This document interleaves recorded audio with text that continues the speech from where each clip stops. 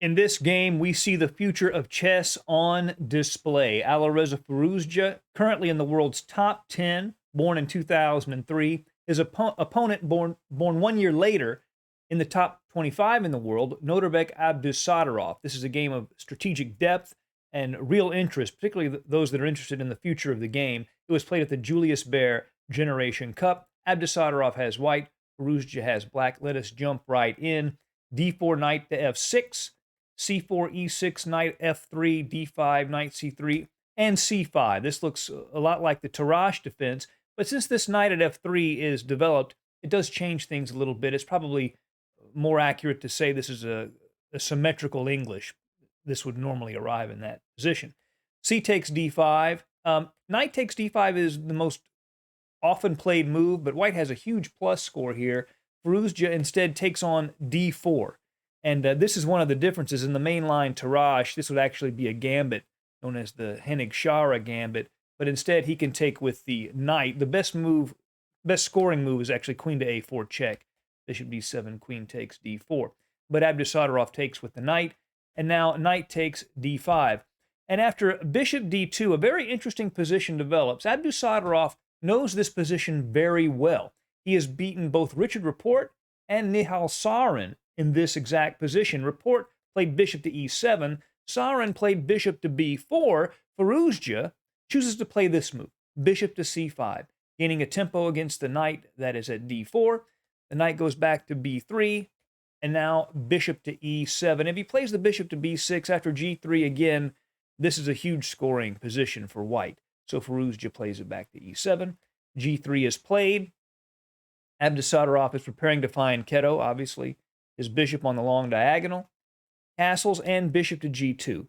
At the moment, white is threatening to take on d5 and create an isolated queen's pawn that he could work on over the course of the game. So to avoid that, Firouzja plays knight to b6, steps off of that d5 square. And here Abdusattorov makes a very interesting move, very strong. Knight to a5. Now we've heard that moving the knight to the side of the board is not a good idea, and usually it isn't. But in this case, it's a great idea, because it completely freezes Firouzja's queenside pieces. There's pressure against b7, which means he can't develop the bishop. If the knight goes to c6, he would just capture on that square twice, winning a pawn. And if he plays to d7, he blocks everything in. So this is a really difficult situation for Firouzja. How does he get out of it? Well, he plays the bishop to b4, attacks the knight directly and says, I'm tired of you putting pressure on my b7 pawn. Get out of here. But Abdusattorov instead plays knight to e4, offering the exchange of bishops, but also defending the knight indirectly. But if he takes on d2, after queen d2 and the exchange of pieces, this pressure on b7 is unbearable for black. A sample line would be knight to d5, knight c4, threatening to go into d6 to hit the bishop in b7. At b6, then just the knight goes back to e3, pinning that d5 knight. And if you take twice on d5, and the rook is hanging. So he really can't go down that path. So instead, he takes on a5. He gives up the bishop pair, but he gets rid of that pressure on b7, and now he can develop his queen side. Abdusattorov goes ahead and takes, of course. Now knight to c6. He can develop freely, attacks the bishop at a5, and that bishop goes back to c3. Abdusattorov continues to make very strong moves. This bishop at c3 is quite powerful on this diagonal. Both of his bishops are posted on the long diagonals. Knight to d5. Firouzja re-centralizes that knight and threatens to get that bishop at c3 off of the board. Castles, and here he could take that bishop, and that would be a fine decision, but instead he plays b6.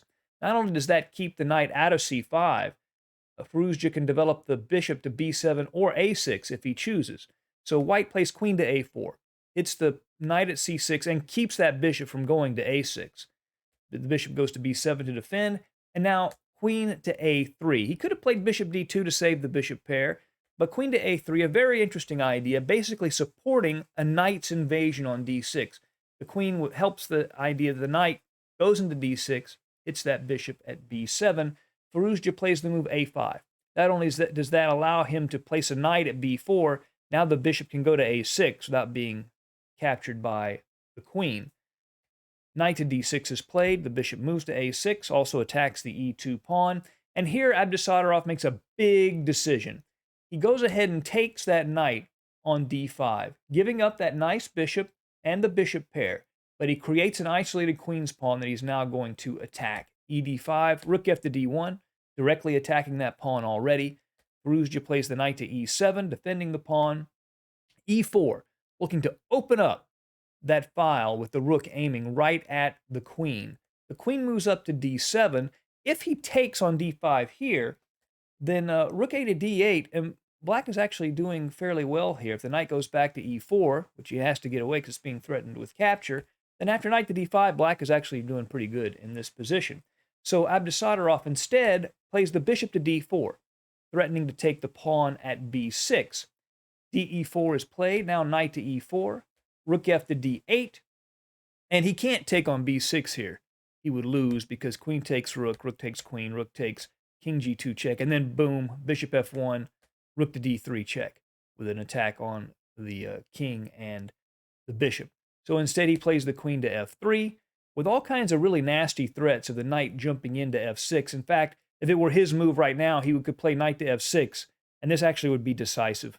After pawn takes knight, which he would have to because of the fork, queen f6, the threats on g7 and h8 would force black to just give up his queen. He would have no choice. So Firouzja has to deal with that threat of knight to f6 check, so he plays queen to c6. That helps cover that square, but rook a to c1 hits the queen. The queen goes to g6, but now h4, threatening to come in with h5. Plays h6, then h5. That gains space, although this pawn at h5 could become a weakness later. Queen to e6, rook to e1, again putting that rook opposite the queen. He doesn't have time for things like queen takes a2. That kind of pawn grabbing won't work. Just knight f6 works again after pawn takes. There's just too much pressure. Queen f6, threatening the knight. That would be it.